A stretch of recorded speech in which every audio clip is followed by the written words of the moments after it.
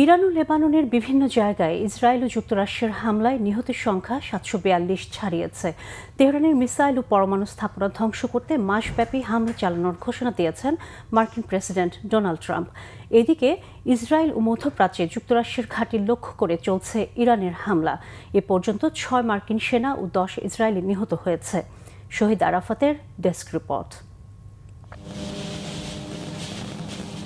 ইরানের মিসাইল ও পরমাণু স্থাপনা ধ্বংসের লক্ষ্যে টানা চতুর্থ দিনের মতো হামলা অব্যাহত রেখেছে ইসরায়েল ও মার্কিন বাহিনী। এতে নিহত হচ্ছে শত শত সাধারণ নাগরিক। শুধু সোমবারই ইরানে হত্যা করা হয়েছে শিশুসহ অন্তত 96 জনকে। হত্যা করা হয়েছে সর্বোচ্চ নেতা আয়াতুল্লাহ আলী খামেনির স্ত্রী বাগের জাদেকেও। মার্কিন প্রেসিডেন্ট ডোনাল্ড ট্রাম্প বলেছেন, মূল হামলা তো এখন পর্যন্ত শুরুই হয়নি। প্রয়োজনে এই হামলা চলবে 4 সপ্তাহ বা তার বেশি সময়। এর মধ্যে মধ্যপ্রাচ্যে নতুন করে যুদ্ধ বিমান মোতায়েন করেছে যুক্তরাষ্ট্র। পাঠানো হয়েছে জ্বালানি ভরার বিমানও। সৌদি আরবে মার্কিন দূতাবাসে হামলার প্রতিশোধ নিতে কড়া হুঁশিয়ারি দিয়েছে মার্কিন প্রেসিডেন্ট ডোনাল্ড ট্রাম্প। ইসরায়েল ও মধ্যপ্রাচ্যে যুক্তরাষ্ট্রের ঘাঁটি লক্ষ্য করে হামলা অব্যাহত রেখেছে ইরান। এর মধ্যে দুই দেশের বেশ কয়েকজন সেনা নিহত হয়েছে। হিজবুল্লাহ জানিয়েছে তারা স্থল হামলার জন্য প্রস্তুত আছে।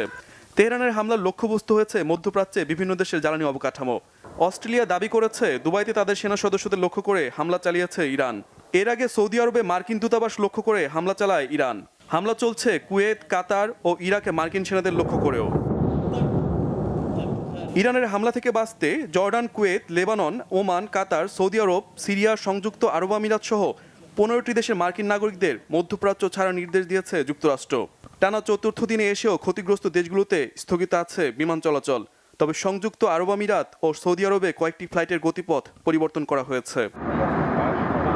আনুষ্ঠানিকভাবে হরমুজ প্রণালী দিয়ে জাহাজ চলাচল বন্ধ করেছে ইরানের বিপ্লবী গার্ড IRGC। বিপ্লবী গার্ড হুঁশিয়ারি দিয়ে বলেছে, জাহাজ চলাচলের চেষ্টা করলে হামলার মাধ্যমে তা পুড়িয়ে দেওয়া হবে। এতে বিশ্ববাজারে হু হু করে বাড়ছে জ্বালানি তেলের দাম। পরিস্থিতি নিয়ন্ত্রণের বাইরে যাওয়ার শঙ্কা বিশ্লেষকদের। শহীদ আরাফাত, বাংলাভিশন নিউজ ডেস্ক।